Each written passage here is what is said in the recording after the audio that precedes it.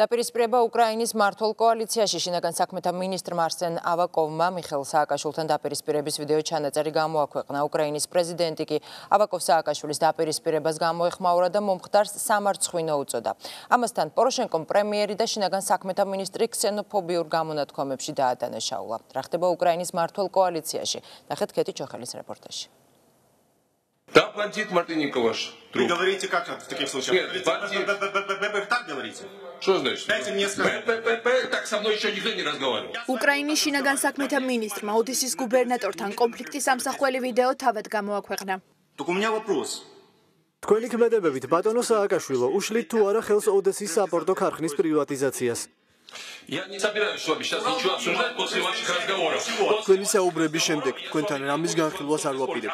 მე ვიკამათებ თქვენთან მხოლოდ საზოგადოების თანდასწრებით. დავამტკიცებ რომ თქვენ ქურდი ხართ. დავამტკიცებ რომ მთავრობა ხელმძღვანელობს კორუფციას. У меня в отличие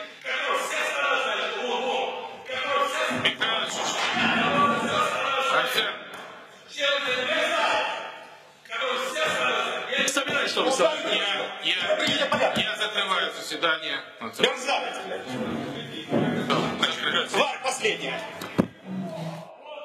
სიტყვიერი დაპირისპირებისას ავაკოვს პრემიერ-მინისტრმა არსენ იაცენუკმას დაუჭირა მხარი და მიხეილ სააკაშვილს უკრაინის დატოვება მოსთხოვა. ინციდენტის შემდეგ განცხადება გაავრცელა უკრაინის პრეზიდენტმა, რომელმაც რეფორმების საბჭოს ხდომაზე მომხდარს სამარცხვინო უწოდა. ეროვნულ საბჭოზე დაუშვებელია უხეში ლანძღვა და შეურაცხყოფა, განსაკუთრებით ისეთი, რომელსაც ქსენოფობიური ქვეტექსტები აქვს, რომელიც ადამიანის ეროვნულ ღირსებას ეხება, მის უკრაინულ პატრიოტიზმს ეჭქვეშ აყენებს და ვიღაცას მოუწოდებს გაეთრიოს უკრაინიდან. ეს მე მოვიწვიე რეფორმატორების საერთაშორისო გუნდი, რომელიც უკვე გახდა ჭეშმარიტად უკრაინული, არა მხოლოდ მისთვის მინიჭებული პასპორტებით, არამედ სულისკვეთებითაც. პრეზიდენტის ამ განცხადებას დღეს შინაგან საქმეთა მინისტრი გამოეხმაურა. თქვენ მომიწვიეთ თქვენ ოფისში რეფორმების საბჭოზე. თქვენს ოფისში მე არ მაძლევდნენ აზრის გამოთქმის საშუალებას. მე თქვენ ორჯერ მოგმართეთ. თუმცა ამაოდ, როგორც ჩანს, ეს იყო თეატრი მხოლოდ სააკაშვილისთვის. მიხეილ სააკაშვილსა და უკრაინის პრემიერ-მინისტრს ერთმანეთის მისამართით მწვავე კრიტიკა საჯაროდ არაერთხელ გამოუთქვამთ. ოდესის გუბერნატორი არსენ იაცენუკს კორუფციაში და ოლიგარქების მფარველობაში ადანაშაულებს. 25 დეკემბერს კი კიევში ანტიკორუფციული ფორუმის გამართვას გეგმავს. იაცენუქსა და სააკაშვილს შორის დაპირისპირების ბოლო ტალღა ოდესის საპორტო ქარხნის პრივატიზაციის საქმეს უკავშირდება. უკრაინულ მედიაში გავრცელდა ინფორმაცია, თითქოს მიხეილ სააკაშვილი ქარხნის რუსი ოლიგარქისთვის, დიმიტრი მაზეპინისთვის მიყიდვას გეგმავდა. ოდესის გუბერნატორმა რუს ბიზნესმენთან შეხვედრის ვიდეოს გაყალბებული უწოდა. Это официальный документ.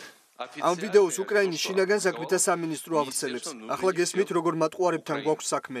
Вы поняли сейчас, какими аферугами? უკრაინის მმართველ კოალიციაში სერიოზულ განხეთქილებას ადასტურებს რამდენიმე დღის წინ რადაში მომხდარი დაპირისპირება, როდესაც პეტრო პოროშენკოს ბლოკის დეპუტატმა ტრიბუნიდან არსენ იაცენუკის ძალით გაყვანა სცადა. თუმცა უკრაინის პრემიერ-მინისტრის შეცვლის საკითხი დღის წესრიგში არ დგას. ამის შესახებ უკრაინის პრეზიდენტის პრემიერისა და რადას სპიკერის ერთობლივ განცხადებაშია ნათქვამი.